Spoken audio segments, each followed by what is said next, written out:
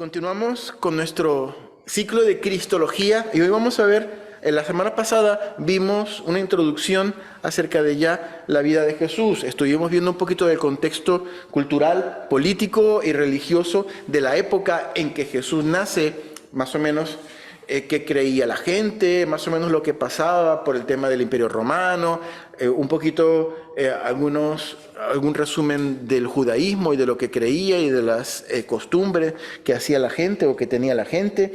Y hoy vamos a ver la concepción y el nacimiento de Jesús, algunas consideraciones acerca de la concepción y su nacimiento, ¿no? Y un pasaje bíblico que hemos tocado con anterioridad y que es una de las profecías más significativas acerca del nacimiento del Mesías. La encontramos en el capítulo 9 del libro del profeta Isaías, ¿no? Si podemos abrir allí el capítulo 9 del libro de Isaías, del profeta Isaías. En el versículo 6, vamos a leer a partir del versículo 6 hasta el 8. Isaías 9, 6 y 8. Dice, porque un niño nos es dado, porque un niño nos es nacido, hijo nos es dado, y el principado sobre su hombro, y se llamará su nombre admirable, consejero, Dios fuerte, Padre eterno, príncipe de paz.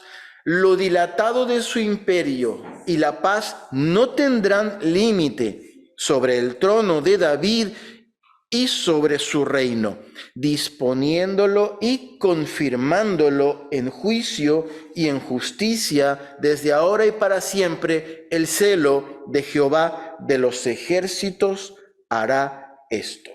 Esta profecía pues ya la hemos leído anteriormente y hemos explicado algunas partes de esta profecía, pero a la mayoría de nosotros se nos ha enseñado que este pasaje de Isaías apunta indiscutiblemente pues a la venida o al nacimiento del Mesías, ¿no? Incluso para algunos, en algunos círculos judíos y algunos círculos magisteriales judíos. Otros simplemente piensan que se está hablando aquí de un personaje relevante que pues va a hacer cosas buenas para Israel. Pero pues obviamente los cristianos, nosotros tenemos esa concepción y esa interpretación de que aquí estamos hablando de la venida del Mesías, que es uno de las profecías más emblemáticas que habla acerca de la venida del Mesías. Nosotros eso es lo que entendemos a través de nuestra teología, que es una profecía mesiánica que habla acerca de Jesús. Probablemente uno de los puntos que a mí en particular más me llaman la atención de esta profecía es que el profeta describe a la figura del hombre de quien está hablando aquí, pero lo comienza haciendo desde la niñez. Dice, un niño nos es dado. A mí se me ocurre pensar que es una manera un poco extraña de empezar a hablar acerca de una figura mesiánica, ¿no? Nosotros lo hemos repetido pues en muchas oportunidades, la figura del Mesías, del libertador de Israel, que Israel estaba esperando, era la figura de un hombre que le iba a devolver a Israel la gloria y que le iba a demostrar a los demás pueblos que Israel era el pueblo escogido por el Señor, por el Dios Todopoderoso, ¿no? Era el hombre que los iba a libertar, era el rey que se iba a levantar, ¿no? Y que todo el pueblo se iba a enterar que Israel era la niña de los ojos de Dios, era el pueblo escogido del Dios Todopoderoso. Pero la profecía comienza hablando de un niño. Y a mí me parece curioso, yo no sé si a ti te parece curioso esto, pero a mí en particular sí, ¿no? Porque si lo que el escritor de la profecía quería decir, o si quería escribir acerca de esta figura, ¿no? Que iba a ser un líder en el pueblo de Israel, que iba a ser un líder sin precedente, entonces, ¿por qué comenzar hablando, describiéndolo como un niño? Hoy en día, pues nosotros, si leemos esta profecía que está hablando de Jesús y decimos, bueno, un niño nos ha sido dado, ¿qué es lo primero que se nos viene a la mente cuando leemos eso? Imagínate, la profecía, el Mesías, comienza hablando diciendo, pues se nos ha dado un niño. ¿Qué es lo que? Sí, pero ¿qué es lo primero que se nos viene? Algo se nos dibuja en la mente al creyente, al cristiano, cuando dice que un niño es el que ha nacido para que se va a convertir en el Mesías. A mí se me viene una cosa a la mente y yo no creo que a ninguno de nosotros se imagine otra cosa diferente.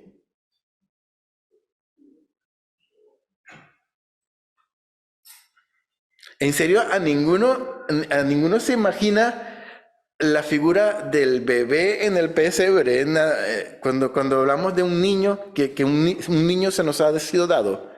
A mí se me ocurre, lo primero que se me ocurre es pensar al bebé allí, pues en el pesebre, un bebecito envuelto en tiras de tela, durmiendo en un comedero de animales. Yo creo que eso es lo que asocia cualquier cristiano hoy en día, ¿no? Porque nosotros conocemos el principio de la natividad o la historia de la natividad, ¿no? Del nacimiento. Es una celebración que está extendida prácticamente por toda la cristianidad, ¿no? Y sabemos que Jesús nació como un niño, ¿no? Pero si lo pensamos en frío, la referencia del niño para mí es bastante extraña, ¿no? Ya que si se quiere hablar de una figura relevante para el pueblo de Israel y para la humanidad, lo más normal es que se comience hablando acerca de los años en que la persona va a cumplir el propósito para el cual la fue llamada, ¿no? Para los años en que la persona es significativa, ¿no? Imagínate por un momento que estamos hablando de una persona relevante para la historia de nuestro país. Aquí vemos muchos países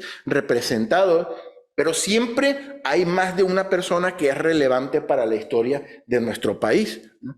Por ejemplo, en el caso, aquí vemos varios venezolanos. Si nosotros pensamos en una persona relevante en la historia de nuestro país, ¿cuál es el primer nombre que viene a nuestra mente? Simón Bolívar, correcto. Yo nombro a Simón Bolívar a mi jefe y mi jefe se pone a decir, no me lo nombre, eso es traidor a la patria y a la corona. Él es un traidor para España, ¿no? Porque se volteó en contra de la corona, del rey, para liberar una colonia. Pero bueno, lo que son los puntos de vista diferentes. Para el venezolano es y para muchos latinoamericanos, pues eso es una figura que representa libertad, que representa la lucha por los derechos y tal. Pero bueno, independientemente de la lectura política y que se le quiera dar, pues tenemos un personaje famoso. ¿Qué otro personaje famoso tenemos por ahí? ¿Alguien que se le ocurra? ¿Un personaje relevante de la historia de España? Pues Francisco Franco también es un personaje relevante, ¿no? De la historia de España. ¿En tu país? En el 89, ¿Cuál? Ceausescu. Ah, sí. En el 89, sí, en Rumanía, cuando cayó la dictadura. Exactamente. Pastor, una cosa que te decirle. Sí. Disculpe. Cortito, hermano, que está largo esto. Cuando en el judaísmo se habla de virgen, para ellos existen tres tipos de virgen. Sí. Está la virgen señora, que puede ser 60, 70 años, nunca ha tenido marido. Está la virgen muchacha, que es aquella que va a tener marido. Pero está la virgen no arreglada. ¿Que no? No arreglado. Este es marido. No arreglado. Arreglación. Ah, vale. No he entendido la Por eso es expresión. el milagro. Por eso es que se llama un milagro. Por eso es el milagro, porque ella no arregló. Bueno. Eso lo sabe el hombre. En el Midrash sale eso, sabe el judío. Ellos dicen que posiblemente María era ese tipo de virgen, que no había arreglado, porque era muy joven. Bueno, es una manera de verlo. De todas maneras, a mí me parece que también milagro es que no haya tenido relaciones y que haya salido embarazada, pero sí ya lo veremos. Ya se lo veremos. De todas maneras, también la palabra que utiliza aquí se puede interpretar también como doncella, no exactamente como virgen. Pero bueno, también lo vamos a ver un poquito más adelante, ¿no? Precisamente la parte de... Pero la cuestión, a lo que yo quiero ir es que en la profecía habla de un niño, ¿no? Y si nosotros, volviendo al punto anterior, hilando la idea, si nosotros hablamos, por ejemplo, leemos un libro de algún personaje relevante o famoso en la historia de nuestro país, o sea, ¿verdad que sonaría raro leer en los días en que nuestro país atravesaba tal y tal situación, se acabó la dictadura, no sé qué, o estábamos en la colonia española, se nos dio un niño? Se nos dio un niño. Y este fue un gran guerrero e hizo tal y tal cosa. O sea, a mí eso me parece raro, ¿no?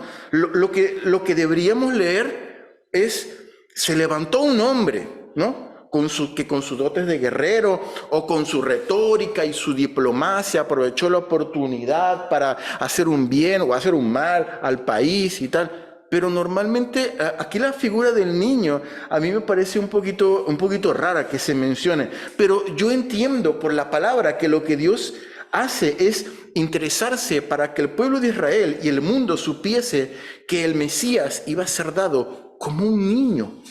Así iba a venir el Mesías al mundo, como un niño, como un hijo. No iba a caer del cielo, ni iba a estar en el anonimato 30 años y de repente aparece el hombre, aquí estoy, como el superhéroe. No, iba a venir como un niño e iba a ser relevante la información de que Jesús tenía que nacer desde el principio como un niño. ¿Por qué? Pues ya lo vamos a ver un poquito más adelante. Lucas capítulo 1, 26 al 35.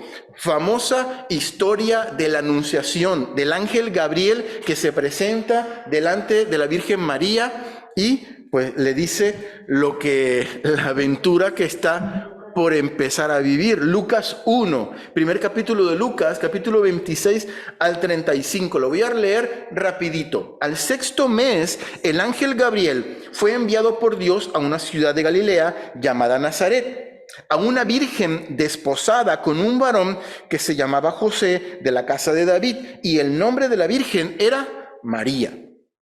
¿Vale? Y entrando el ángel en donde ella estaba, dijo: salve, muy favorecida, el Señor es contigo, bendita tú entre las mujeres. Mas ella, cuando le vio, se turbó por sus palabras y pensaba qué salutación sería esta. Entonces el ángel le dijo: María, no temas, porque has hallado gracia delante de Dios, y ahora concebirás en tu vientre y darás a luz un hijo, y llamarás su nombre Jesús. Este será grande y será llamado Hijo del Altísimo, y el Señor Dios le dará el trono de David, su padre, y reinará sobre la casa de Jacob para siempre, y su reino no tendrá fin. Entonces María dijo al ángel: ¿cómo será esto? Pues no conozco varón. Respondiendo el ángel le dijo: el Espíritu Santo vendrá sobre ti y el poder del Altísimo te cubrirá con su sombra, por lo cual también el santo ser que nacerá será llamado Hijo de Dios. La Biblia ubica este acontecimiento en el 6º mes. ¿El 6º mes de qué? No hemos leído el contexto, pero si nosotros leemos los versículos anteriores, está hablando acerca del nacimiento de Juan el Bautista y de su madre Elizabeth y de su padre Zacarías. Elizabeth era estéril y también por un milagro de Dios salió embarazada. Y al 6º mes del embarazo de Juan el Bautista, de Elizabeth, es donde ocurre la anunciación, es donde ocurre cuando el ángel se aparece a María, ¿no? Y dice la palabra que el ángel Gabriel fue enviado para encontrarse con María a una ciudad de Galilea llamada Nazaret. Ya hemos hablado de Nazaret, ¿no? Que era de Galilea, ¿no? Se recuerdan que la vez pasada o la antepasada sí hablamos acerca de Herodes, el tetrarca, que era el rey de la región de Galilea, ¿no? Y cuando Jesús se presenta delante de Poncio Pilato y le dice, Poncio Pilato se da cuenta que Jesús está bajo la jurisdicción del rey Herodes, el tetrarca, el hijo de Herodes el Grande, porque era de Galilea, y se lo manda para allá, ¿no? Cuando no le quiere hacer caso Jesús, ¿no? Y se dice que la Virgen era una joven que estaba desposada con José. Cuando la Biblia habla de desposada, se refiere a que estaban prometidos con un vínculo que para el judaísmo en ese tiempo era prácticamente un matrimonio legal. Lo único que no habían hecho era convivir bajo el mismo techo, convivir como pareja, como matrimonio, pero el vínculo legal era como el de un matrimonio. O sea, había un compromiso legal, ¿no? Y se nos dice por la palabra que el esposo de María también era de la casa de David, era descendiente de de David, ¿no? Aunque José no era padre biológico de Jesús, José, a ser el padre legal, porque era el padre adoptivo, ¿no? Bueno, adoptivo porque nosotros sabemos que era adoptivo. Cuando las demás personas veían a familia, no le iban a preguntar a María, ¿este es hijo del Espíritu Santo? No, no, ellos sabían que eran, o entendían que era hijo de José. Y Jesús, por temas legales, heredaba todo lo de José, ¿no? El linaje, su familia, su apellido, todo por temas legales lo heredaba de esa manera. Entonces, desde el punto de vista humano, Jesús, hombre, pues también, no solamente María era del linaje de David, sino José, como nos dice la palabra, también era del linaje de David. David era su antepasado, ¿no? Y en el versículo 28 tenemos la famosa salutación del ángel a María y le dice, salve, muy favorecida, le dice el ángel a María. Yo nunca he entendido por qué la Reina Valera traduce el saludo del ángel como salve. Realmente lo que el ángel le dice a María es, alégrate, conténtate, porque has alcanzado el favor de Dios. A continuación hay una palabra muy famosa en el griego que es kerakitomene. Kerakitomene es la palabra que el ángel le dice, después que le dice, alégrate María, porque kerakitomene. Nosotros, la mayoría, pues, tenemos un trasfondo católico romano, y sabemos que el catolicismo romano, ¿cómo traduce esa palabra? ¿No? Santa María, ¿no? Madre de Dios. ¿Qué viene? No, esa parte no, me equivoqué de rezo. Era el kerakitomene es el Ave María. ¿Qué es el Ave María? ¿Quién es María? Es la mujer que era llena de gracia, ¿no? Así lo entendemos nosotros. La Santa María, Madre de Dios, esa, llena eres de gracia. Eso, exactamente, ¿no? También está en el cántico el Ave María, gracia plena, ¿no? llena de gracia. Esto está en latín, pero en este caso la traducción pues tampoco es tan buena. La Biblia no dice que era llena de gracia, dice que había alcanzado, que kerakitomene significa haber alcanzado el favor de Dios, haber sido favorecida con la gracia de Dios. De hecho, esa palabra kerakitomene aparece solo 2 veces en el Nuevo Testamento. La primera a María y la segunda, ¿a quién creen?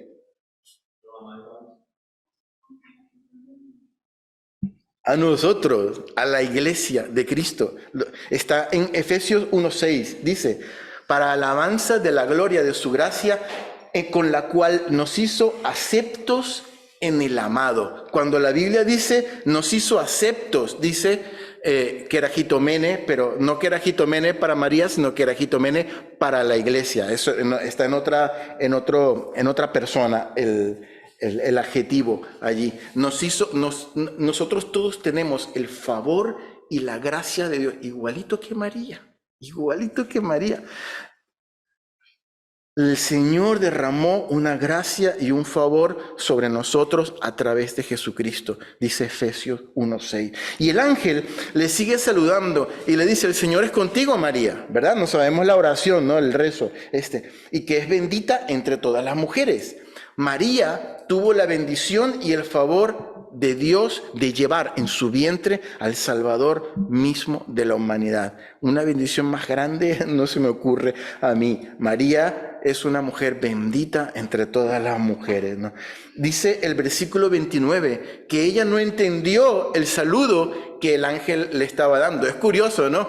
Tenía por delante un ser, qué sé yo, una cosa ahí de 2 metros echando rayos y con un fuego y con rayos, y a ella le pareció extraño el saludo que el ángel le estaba dando, ¿no? Versículo 30, y el ángel le dijo, María, no temas, porque seguramente María tenía temor, estaba la chiquita allí y una cosa allí flotando y echando luz, estaba allí delante de ella, le dijo, no temas, porque has hallado gracia delante de Dios, y ahora, versículo 31, concebirás en tu vientre y darás a luz un hijo, y llamarás su nombre Jesús, que significa Salvador. Versículo 32, este será grande y reinará sobre la casa de Jacob para siempre, y su reino no tendrá fin. 34, entonces María dijo al ángel, ¿cómo puede ser esto? Pues no conozco varón. Versículo 35, respondiendo el ángel le dijo, el Espíritu Santo vendrá sobre ti y el poder del Altísimo te cubrirá con su sombra, por lo cual el santo ser que nacerá será llamado Hijo de Dios.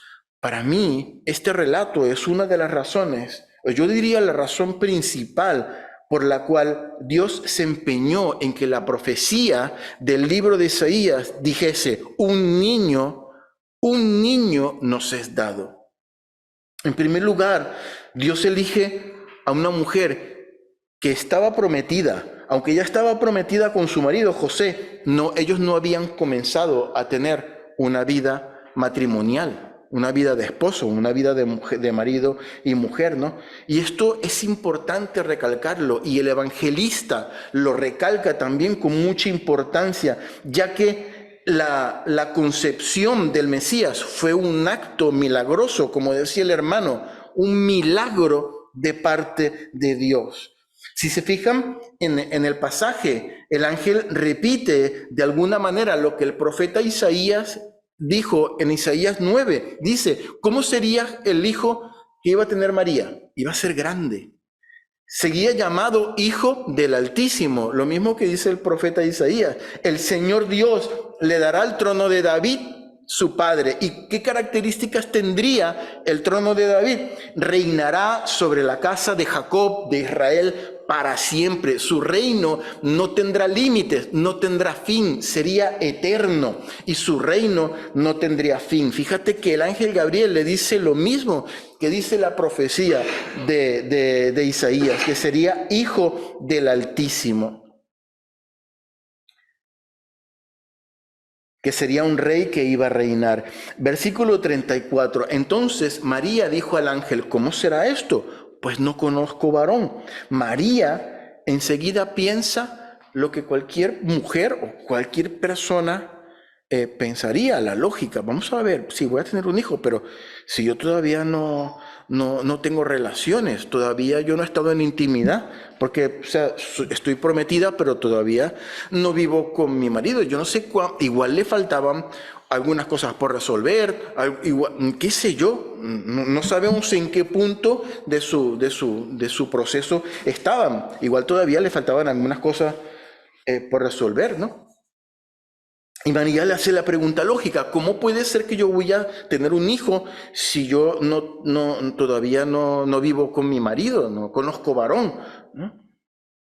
Y respondiendo el ángel le dijo, el Espíritu Santo vendrá sobre ti y el poder del Altísimo te cubrirá con su sombra, por lo cual también el santo ser que nacerá será llamado Hijo de Dios. Y aquí es donde el ángel le revela a María que no será por intervención humana, sino que el Espíritu Santo vendría sobre ella y el santo ser que iba a nacer sería llamado Hijo de Dios. Era importante, hermanos, importante, porque la Biblia nos los presenta así, enfatizar que el Mesías iba a llegar al mundo a través de un milagro, sin la intervención del hombre, que Jesús iba a ser concebido por el Espíritu Santo, que se desarrollaría como un embrión, posteriormente como un feto, dentro del útero de María, pero producto del milagro de Dios, ¿no?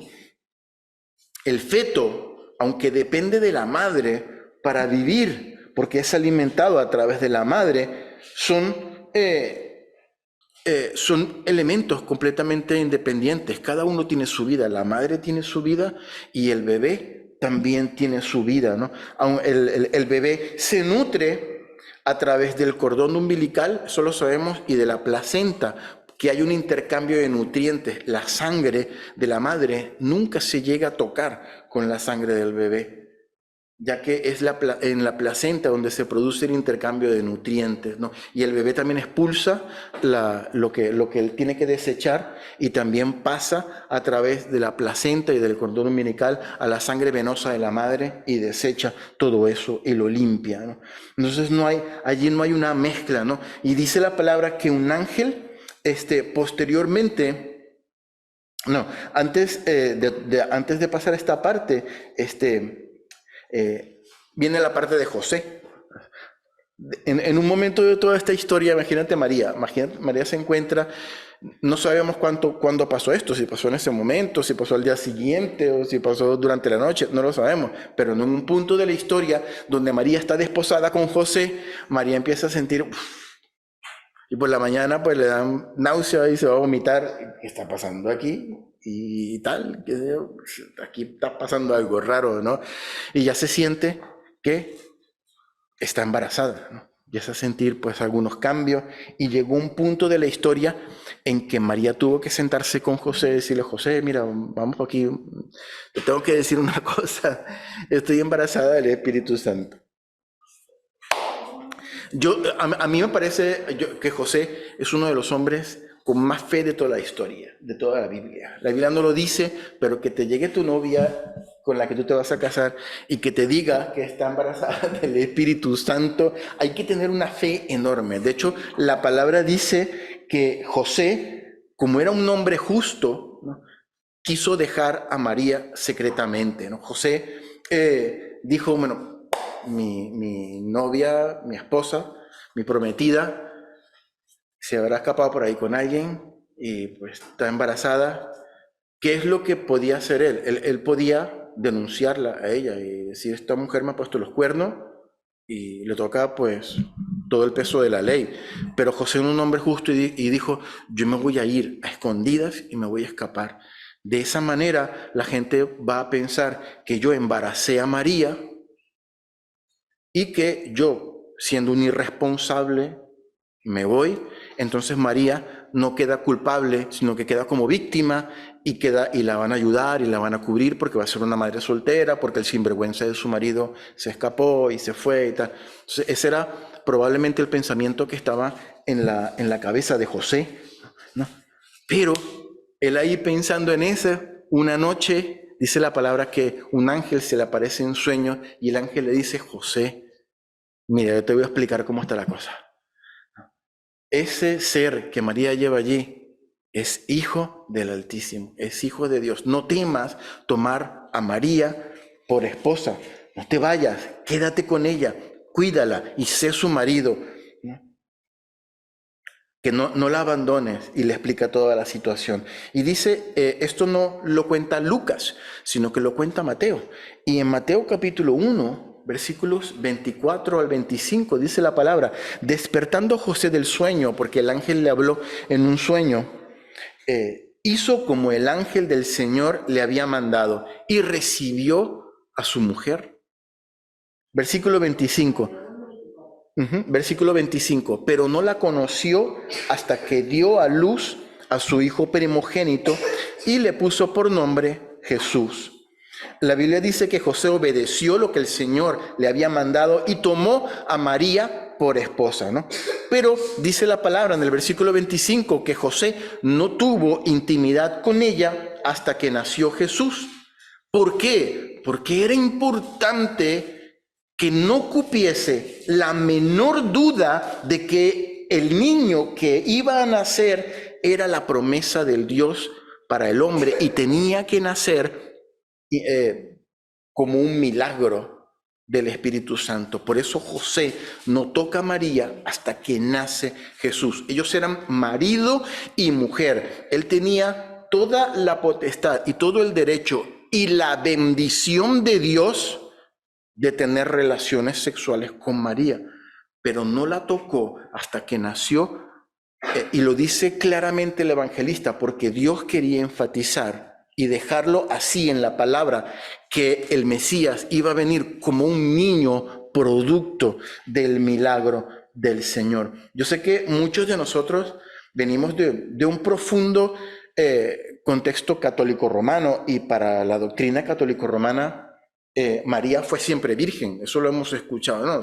Nace María y María pues nace Jesús, y María es virgen antes del parto, durante el parto y después del parto, y María es perpetuamente virgen. Esa es la doctrina que los católicos romanos tienen en su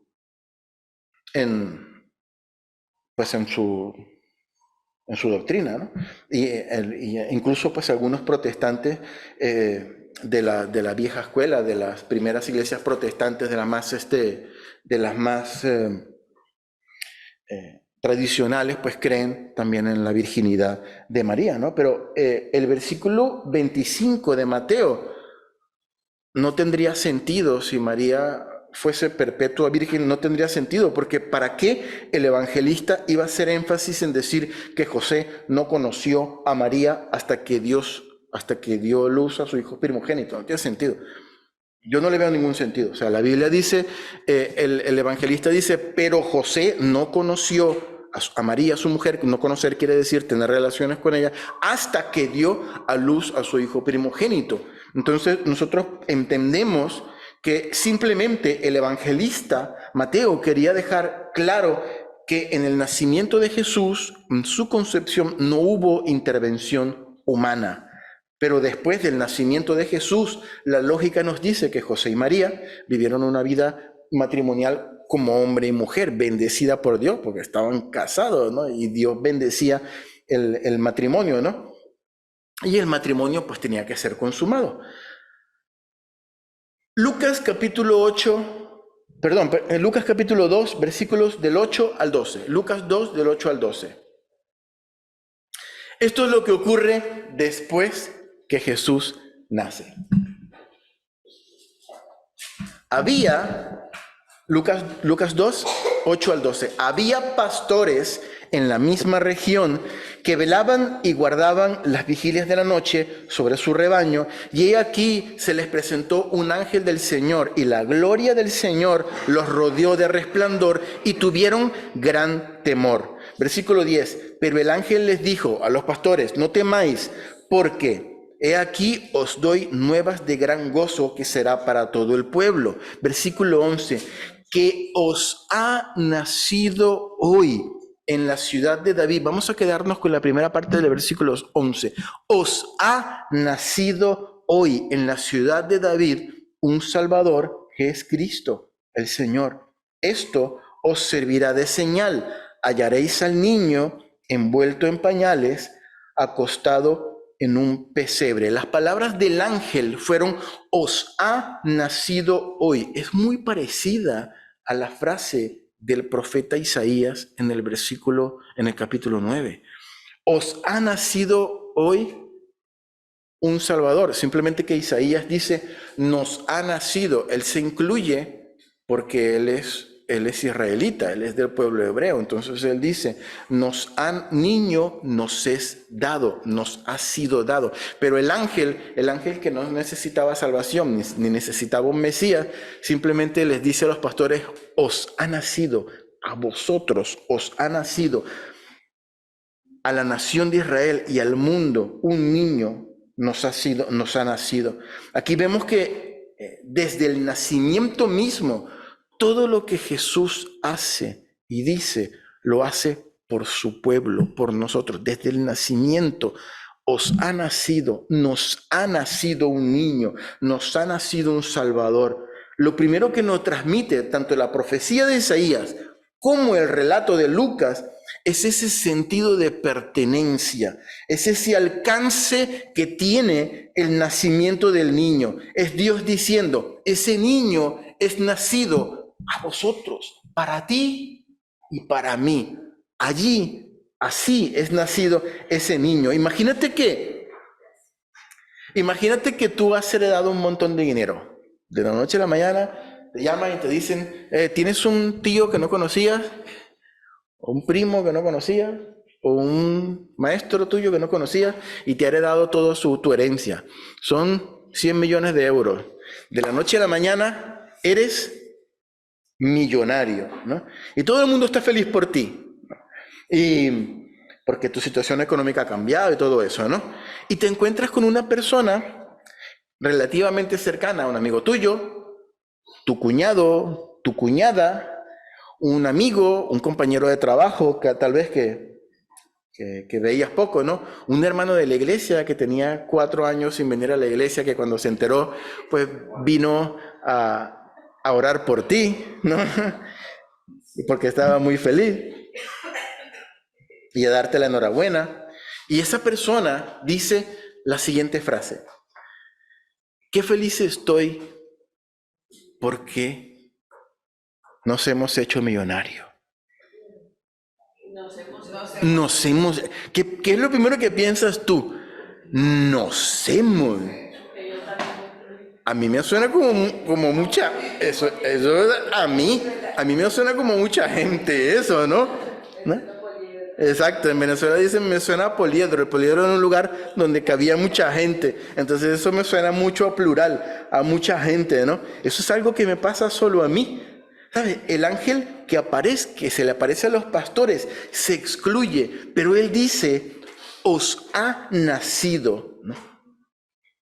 Los pastores con quien estaban hablando necesitaban salvación. Os ha nacido, a la humanidad le ha nacido un Salvador. Entonces, esa frase, un niño nos es dado, un Salvador nos ha nacido, nos habla de un sentido de pertenencia que nos arropa a todos los cristianos. En ese caso, la herencia sí es para todos. Nos hemos hecho millonarios en Jesús con este regalo de este niño que Dios nos ha dado, ¿no? Nos arropa a todos los creyentes que hemos conocido a Jesús. Y es interesante el énfasis que pone el profeta aquí, inspirado por el Espíritu Santo, que habla, que se hable de un niño que nos nace a nosotros. Nos nace a nosotros, hermanos. Ese niño nació para nosotros y por nosotros, para nuestra salvación. Aleluya. Y yo creo que el Señor quiere darle importancia a la manera en cómo el Mesías llegó al mundo. Por eso dice, un niño nos es dado, un niño llega al mundo. No se trata de la historia, como comentábamos antes, de un hombre que aparece a los 30 años y hace su cometido, ¿no? Porque también hubiese hecho más o menos la misma cosa, pero es como si Dios nos estuviese diciendo que la manera en que el Mesías llega al mundo es tan importante y es tan relevante como la manera en que el Mesías se va del mundo, dándonos la salvación. Jesús nace como un niño cualquiera, pero no es concebido como un niño cualquiera. Ese hecho tiene una importancia superlativa, hermanos. Y Lucas sigue diciendo en el versículo 11 del capítulo 2, os ha nacido hoy en la ciudad de David un Salvador que es Cristo el Jesús. Fíjate esta frase. Ha nacido hoy, os ha nacido a vosotros. Es para ti. Es para ustedes, pastores, es para todo Israel, es para toda la humanidad este nacimiento. No sé si me captáis la idea de esa pertenencia, de ese regalo que Dios nos está dando a través de esta frase, ¿no? En la ciudad de David, un Salvador. Está diciendo que ¿quién es Jesús? El Salvador. Y Jesús es, según la última frase, Cristo el Señor, Cristos, el Mesías, el ungido, el Señor. Los pastores fueron los primeros en escuchar el mensaje del ángel, los primeros en escuchar la buena noticia. ¿Sabes? Los pastores allí en el pesebre y en el Belén que hacemos, son muy bonitos los pastorcitos con sus ovejitas, pero los pastores eran personas de segunda y de tercera categoría, sobre todo para los religiosos de la época, porque los pastores vivían allí, se la pasaban metidos en el campo con las ovejas, olían a oveja, no tenían muchos buenos hábitos de limpieza, porque en el desierto, ¿qué duchas van a ver y qué aguas van a ver? Ellos simplemente con el hecho de no lavarse las manos antes de comer, ya los fariseos y los saduceos se rasgaban las vestiduras. ¡Ay, que estos cochinos pastores que no tienen hábitos de higiene!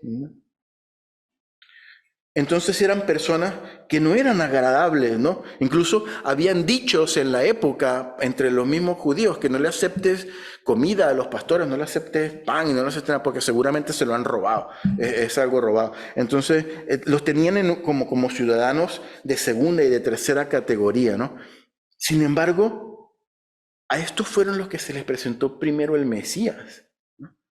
Y es curioso porque el Señor Jesús nace en la ciudad de David, y a los primeros que se presenta fueron a unos que tenían el mismo oficio que tenía David. David, cuando era pequeño, ¿qué hacía? Era pastor de ovejas, ¿no? Y nosotros podemos pensar, oh sí, Pedro, el que Dios le reveló tal, sí, a Pedro se lo reveló y tal. Pero a las primeras personas que supieron que ese niño que estaban haciendo era el Mesías, Salvador, fueron unos pastorcillos anónimos de los cuales más nunca se habla en las Escrituras, pero seguramente cambió la vida de ellos.